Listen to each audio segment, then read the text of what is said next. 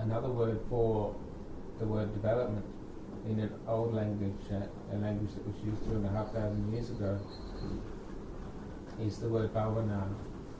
Bhavana means to develop or adapt or to progress.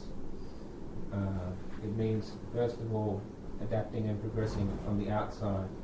It means developing external things, both those material resources and also our own external conduct, which means that we practice to behave in a way that's appropriate for our situation, appropriate for society, and will go for benefit and won't go for harm. You can't say that all of these developments are entirely positive, even though we create devices to increase our level of comfort.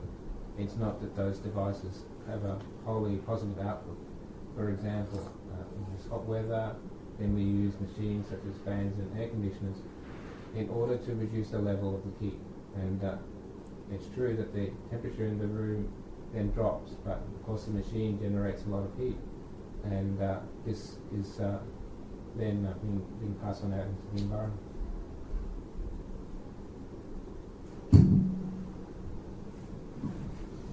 Also, you can't say that all of those things that we use for benefit have wholly positive benefit. Or, put it another way, if they're not used skillfully and in the right amounts, then those very things that we use for benefit can have detrimental results. For example, food, which we use skillfully and appropriately to reduce hunger and to maintain the health of our bodies. But interestingly enough, then if we keep eating beyond that which is the right amount, then the effect starts to be harmful. But we enjoy eating, especially eating delicious food, but you can see that when one eats just enough, it's good for the health of one's body, but if one eats too much, then the health of one's body starts to deteriorate and one's level of strength and immunity will decrease. So we not only do we use things for benefit, but we also have to skillfully reflect on the way that we use things. So then it pays to always remember that those things which have benefit also can cause harm. It all depends on the way that we relate to it. This is also one of the teachings of the Buddha, and in the Pali language he used the term bojane matanyuta, which means knowing the right amount or knowing moderation in eating. So then when one eats, when one knows oneself and one uses mindfulness when eating, then one can eat for benefit and create the right level of the suitable state of health by consuming the right amount of food. At the moment, this is an increasing problem, especially in Thailand, with people finding that lots and lots of delicious foods are available all the time. Then the incidence of diabetes in Thailand is increasing a lot. So what happens is that the level of sugar in the blood is too much. So instead of being helpful, then it's harmful, and it affects people's level of strength and immunity. So that's the reason that the Buddha taught that knowing moderation in eating, bojane matanyuta, that if we practice in this way, we can receive the best benefit from food without creating harm. So the Buddha had good reason for giving importance to these basic principles for maintaining our health.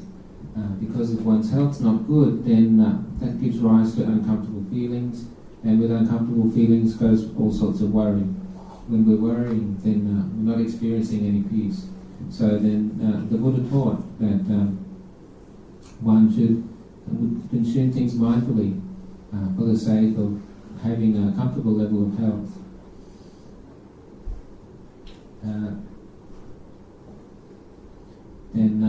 The reason why he gave special importance to this was because that this human life is very precious and valuable and very useful. We can make the most use of it if our health is in good balance. Then we can begin to develop our minds. So the Buddha said that having attained a human birth is actually a very good fortune, being born as a human is a good opportunity, which he said in Pali, Ticho Manusa Patilabo. That's a very valuable thing to be born as a human, and therefore he communicated to us the importance of maintaining a good state of health. So just as consuming the right amount will make for a beneficial health, if we find that the amount that we consumed is in excess, then we can simply reduce the amount that we eat, and the body will come back into a natural balance. And all of those other aspects will also come into balance. Also, all of those harmful effects of sickness and weakness and all of the bad moods that come with the body being in a bad state, because it creates unwholesome feelings, will all come back into balance when we reduce our intake and bring it back in balance with nature. So the Buddha said that taking care of one's health is just one part of taking care of oneself. And so the Buddha's teachings are very vast. He gave all sorts of information about us and about the natural world and the relationship between the two. In our bodies and in the outside world, at the microscopic level, there's both harmful and beneficial bacteria. If there's good bacteria in our bodies, then we're said to have a good state of immunity. If there's harmful bacteria in the environment, then you can say that that's a dangerous place to be. So then, at Wapapong, according to my role as the supervisor of the place, when there's a large gathering there in January, as a memorial of Ajahn Chah, there's so many people coming in using the same atmosphere. I wanted to adjust that atmosphere and make it healthy. So I used the fermented medicine product that we make at Wapapong and sprayed it through the atmosphere, filling it with healthy bacteria.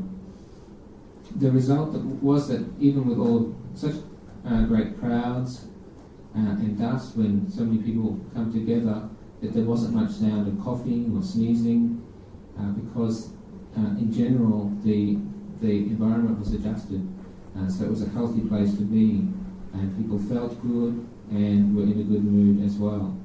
This is just one example of the good effects that can come when we adapt in the appropriate way. And the reason for making an effort like this is because we all have wholesome intention towards ourselves, towards others, and towards the community at large. So that was an example when thousands and thousands of people came together in a small space and there were very little problems. But the primary reason for that is because virtually all of those people had good intentions and respect for each other.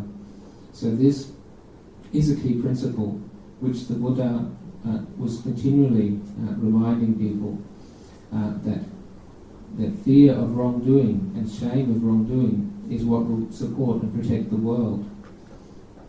Because we have a feeling of kindness one to another, then, and because we have respect one to another, we show that respect by not doing actions or using speech or even thinking thoughts which are inclined towards harming one another. So then we all live together like relatives, and with a view to creating only benefit one to each other. We've got the hope of living together in harmony in this way because we have good wishes and we practice in the right way according to the teachings.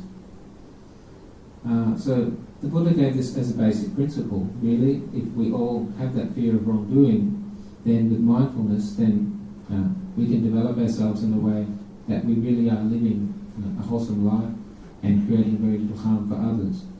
But in the modern day, it's not the case that every individual has a high level of shame of wrongdoing or fear of wrongdoing, and so we have all kinds of problems in our society.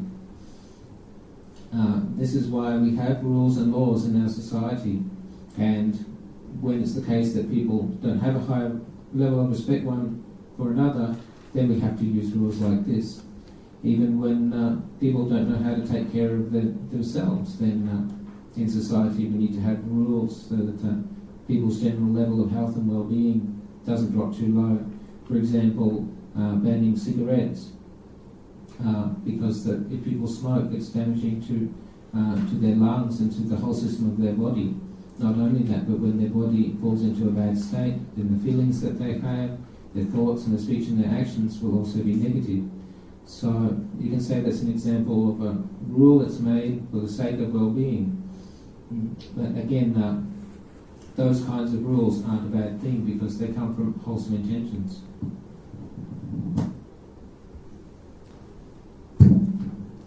So it's because of this very good intention that we have for ourselves and others that we develop our own minds. Bhavana is a word which the Buddha used in his language. It's often translated as meditation, but actually it means developing the mind in all postures. But when we formally sit in meditation, often we have a very good sense for where we're at and what state our mind's in and whether it's peaceful or not. If we feel that our meditation's not going so well, then what it is that we need to increase is mindfulness. Mindfulness is a natural quality that all beings have, but it's a quality that needs to be developed before it can really mature. So the way of increasing our mindfulness is through giving importance to develop our mind. Through developing our mind, then we'll have an increased sense of balance, an increased sense of peace. And that all comes from developing our mindfulness. If we're ready to develop our mindfulness and develop our minds, then very soon we'll have results that we're very proud of. But if it's the case that we don't kind of feel ready or we're not making much progress, then maybe we stumble a little. But that's fine and that's perfectly natural. In nature, when the conditions aren't all right, then there's sometimes problems in the beginning. But the important thing to do is just to carry on trying, take it in the right amount. It's just the same as everything in nature, or like the simile of food that I spoke of earlier. We just take it in the right amount. We don't take more than we're ready for, but we take it regularly and continually, and of course we grow and grow. So then if we're practicing meditation and developing mindfulness every day, then the peace in our heart will also grow and grow, and we'll be increasingly free from worries. And the benefit of this practice will become more and more evident in every aspect of our life. We can work happily and harmoniously with others. We make less mistakes, both in our work and also in the terms of our moral conduct. If our mindfulness is there and ready, always watching over the things that we do, then we're much less likely to do things that we might regret. So you can say that mindfulness is a Dhamma of great support. It's a very supportive quality. Bhavana then is a word that means development, and the thing that we develop is ourselves. We develop ourselves, our hearts and minds, to a greater state of peace. The Buddha called this samatha. This is a meditation to bring the heart to peace. And of course, many different methods are taught. One of them, which is called Buddhanusati, is traditionally translated as recollection of the Buddha. But effectively, what that means is recollection of one who has done great good for us. So actually, we can reflect on our own parents or any other being that's done a lot of good for us, or any other being that has good qualities. And that reflection is a skillful reflection for taking away all of our worries, for taking away tendencies for the mind to just get distracted, thinking about the past and thinking about the future. So then that mind becomes calm and comfortable. In a technical sense, you can say that it's free from hindrances.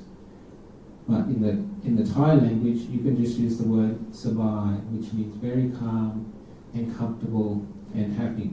In just the same way as if we were sitting out in the sun outside, getting hotter and hotter and sweating and feeling uncomfortable, if we were just to move across into the shade, then naturally we'd soon feel more and more sabai, more and more comfortable.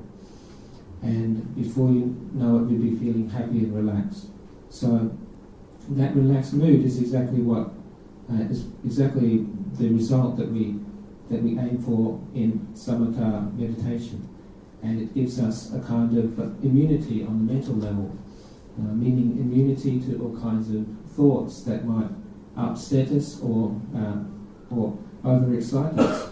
We have a sense of equanimity to all feelings and thoughts that arise within our mind. We have a sense of balance within our mind, just like we have balance in our body when we take good care of our health.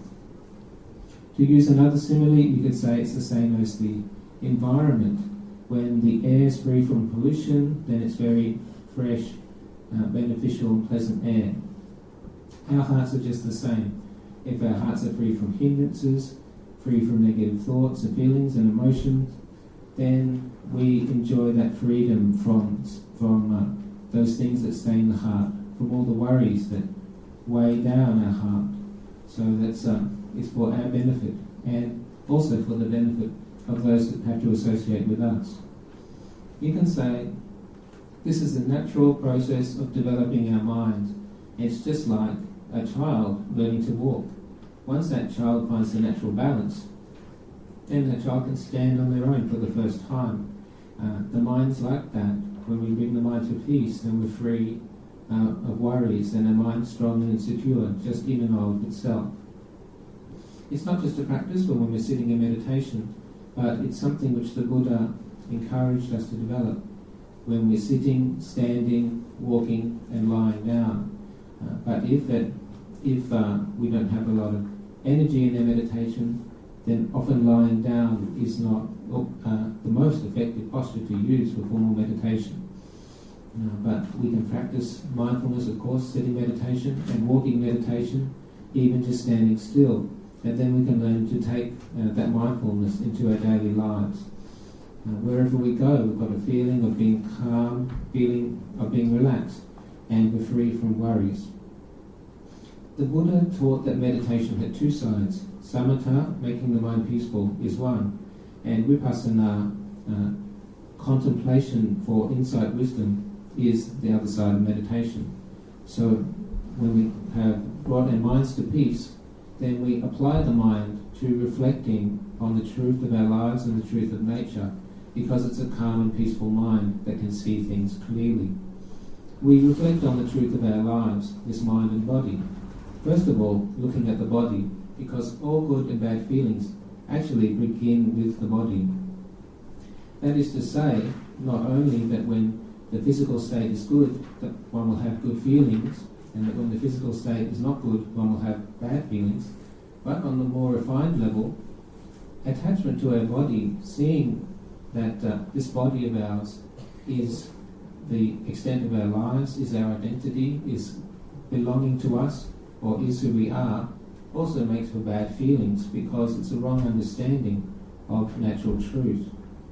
So the purpose of developing insight is to undo attachment to that which belongs to nature and doesn't belong to us.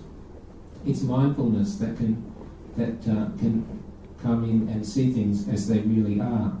Mindfulness, which the Buddha called sati, or in case of reflecting on the body, he called it kaya kata sati. Using mindfulness to reflect on the body, then we just think to ourselves, what is this body? What's it like? How does it work? We think of all the organs within the body and the way that they function. Everything from those organs for digesting and for breathing, all the various parts and functions of the body, they're all there as an object for our contemplation. When we consider the true nature of the various parts of our bodies, then we can see that that's exactly what they are, just nature. Not only is the body simply an organic, functioning organism, but it's also something which is always changing. So by reflecting on this continually, then we finally begin to understand that this body is a natural phenomenon. It's not us, and it doesn't belong to us. That means that we have really no ultimate right of control over our body. we can't have it do what we want to the utmost. We can't prevent our bodies from aging, and we can't prevent them from dying.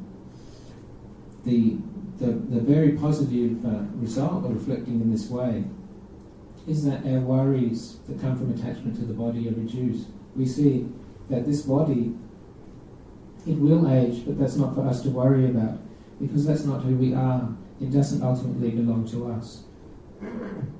So our bodies and all of those material things in the world are just belonging to nature. They just are the way they are. The same goes for our mind and all of the thoughts and experiences that we have. The same goes for other people and the way that they behave. When other people do or say things that we don't like, when we get insulted, if we've developed our minds well to see things according to the truth, then we won't be so upset. If we're upset, we'll just be upset on their behalf, and we'll just think, oh, what a shame, that person's unwell, their mind isn't very well adjusted, and that person's very upset, and that's why they're insulting us. So thinking in this way, when other people act aggressively towards us, it doesn't make us aggressive or upset, but it causes only feelings of goodwill, because we have the equanimity of seeing things as they are.